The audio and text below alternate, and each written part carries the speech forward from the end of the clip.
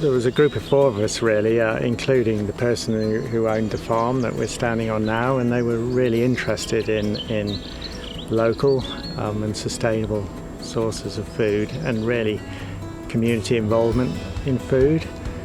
I'm Gareth and I work here at Canalside, and I'm a member of the steering committee as well.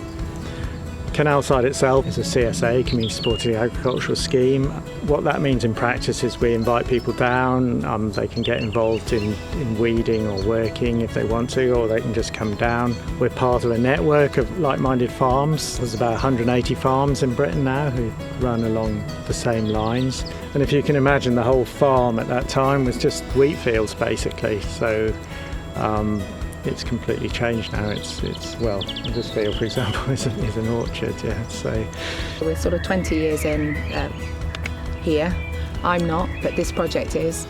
I'm Jemima Morgan. I've been volunteering for, coming up for 5 years.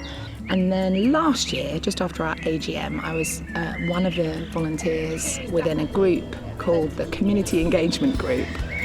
It's about making sure there are lovely things that are meaningful for the membership group and for the public, and new faces, new people, having things that might allow people to come in and go, oh, okay, this is amazing, and get involved.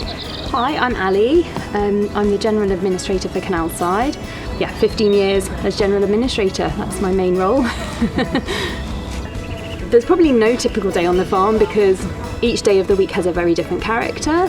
So each week we have a members' work morning, which any member, whether they're a produce receiving member or a social member, what we call a social member, can come to, and they can join in with whatever activity the growers have got planned. So that happens all year round, the Wednesday work mornings, and we try to have other weekend work days as well, or evenings. We aim for those to be in the fields or the polytunnels or the orchard, helping the growers with the work on the land. There's quite a fair range of stuff that gets done. Hi, I'm Lena. I'm a grower here at Canalside Community Food. I have been here since 2016. My name's Stephen Hayward. I've been at the farm since 2016. Hi, I'm Nikki. I've been a volunteer here for about 10 years and a member for about 12 years. So I'm Amy. I'm an assistant grower at Canalside and I've been here about 2 months, so I'm quite new. And I started as an assistant grower and since 2021 become a lead grower here. I started as just a veg share member, so I just used to collect my veg from here. And then I got a work share, which was basically where we do a certain amount of work for a veg share. And then eventually that casual work turned into a permanent role here. And really the last 5 to 6 years I have been doing some seasonal growing work, and now I'm one of the growing team. And I help with everything food related, so growing all the vegetables for the members and helping Lena, who's kind of the lead grower. So I'm still learning the ropes, but I'm really enjoying myself.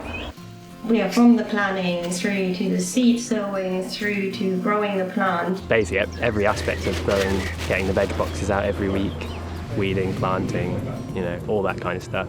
We're having a hot spring, so there's been lots of watering and lots of harvesting to do. We harvest 3 times a week, so that's a lot of what we do. And you wouldn't get anything that we can't grow on our clay ground in the Midlands here. We don't wash our vegetables. Sometimes it's dirtier than you imagine because you're out in the field and your hands are caked with mud and you can't clean them much more than what we try, and then we bring it up here and I know people think, oh my, what is that? That looks very dirty. But it keeps longer like that, so we don't wash it off, it keeps it fresher. So there's big advantages to just keeping it like that, but I know it can be off-putting. This year we're having some big work days for members, which incorporate different types of tasks. So the idea is we've got our big public event, one per season, and then the big work day, either spring, summer, autumn or winter, is 2 or 3 weeks just before the public event. The one we had in April was sprucing up the collection space, Painting the share space, that it was just due for that to be done. And we also needed to do some work on the benches to improve the social area. There would be tasks from the growers, opportunities to work on the land, also tasks which connect to the public event. So there were some creative tasks and general sort of tidying around things that really would help prepare us for that public event. We had over 60 people at least across that day. People could kind of dip in and out when they could, having a lovely lunch provided. The spread's over there. I will get to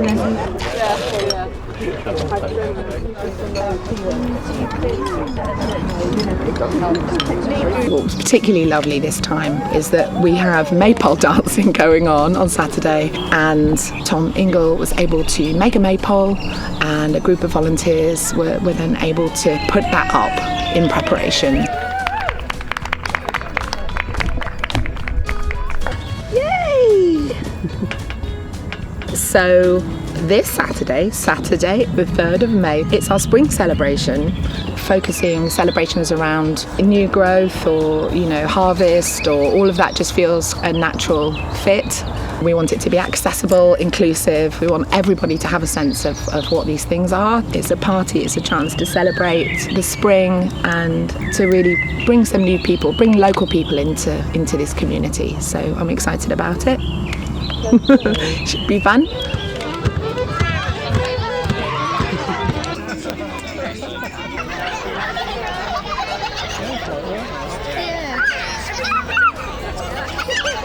Within the community engagement group, we've got Holly and Pam, who are members with real expertise and knowledge of the natural world. So Pam's going to be leading BioBlitz, which is an opportunity to go out and about on the farm, a flavour of the insects, the birds, the plants, all the things that we have here on the farm. So we've been able to grow a connection with Bradford Assembly Primary School, which has been lovely. We did an assembly. Aggie, another member, came and played the violin for them in assembly. That was great fun. And we kind of recreated a maypole in the school. And then that opportunity went out to families that if they were free to come on Saturday, that their children could dance the maypole. And we've had a few rehearsals. We've got another one today, but those children will be dancing in the afternoon.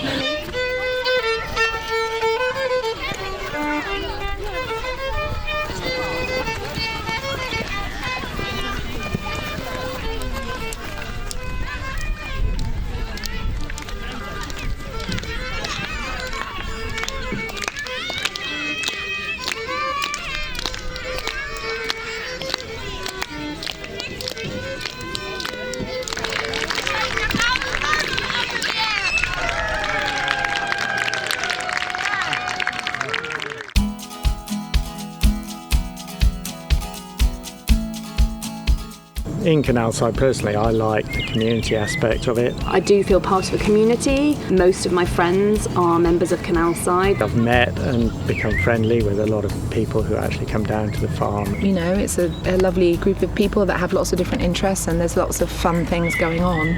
Once I found out about Canalside, I loved the idea of getting vegetables which were local, and then the bonus of them being organic and seasonal as well. Learning and producing your own food. I love what I do. I love growing food.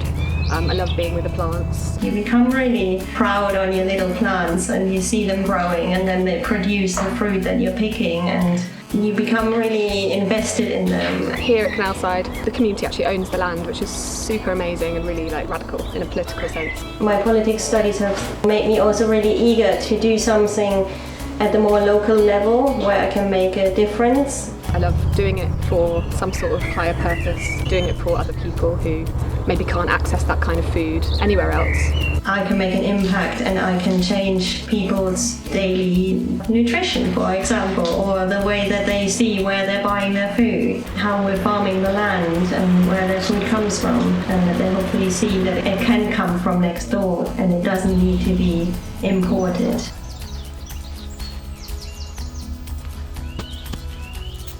and I really wanted to grow some food. I wanted more connection with where my food came from as a result of what I'd seen when I was travelling, how connected people in other parts of the world are with the provenance of their food.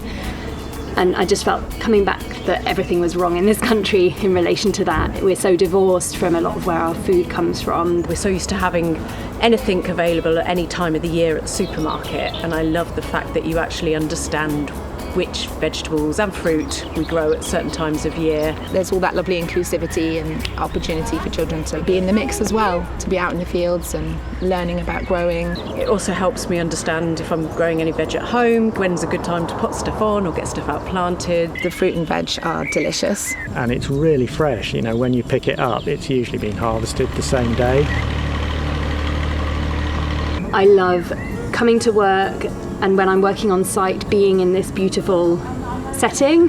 It makes me come outdoors even in the middle of the winter. If it's raining, icy, snowing, I'll still have a day coming down here. And hearing the skylarks, I'm going to tear up now, hearing the skylarks twittering up in the sky really high all through the summer. And at this time of year, seeing all the hawthorn in just beautiful abundance in the hedgerows. And I just love being in a place where I am really connected to nature.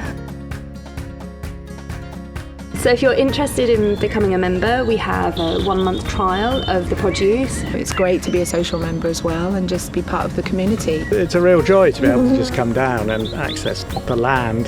There's a family feeling here. And it's just lovely having this so close to Leamington and just on our doorstep.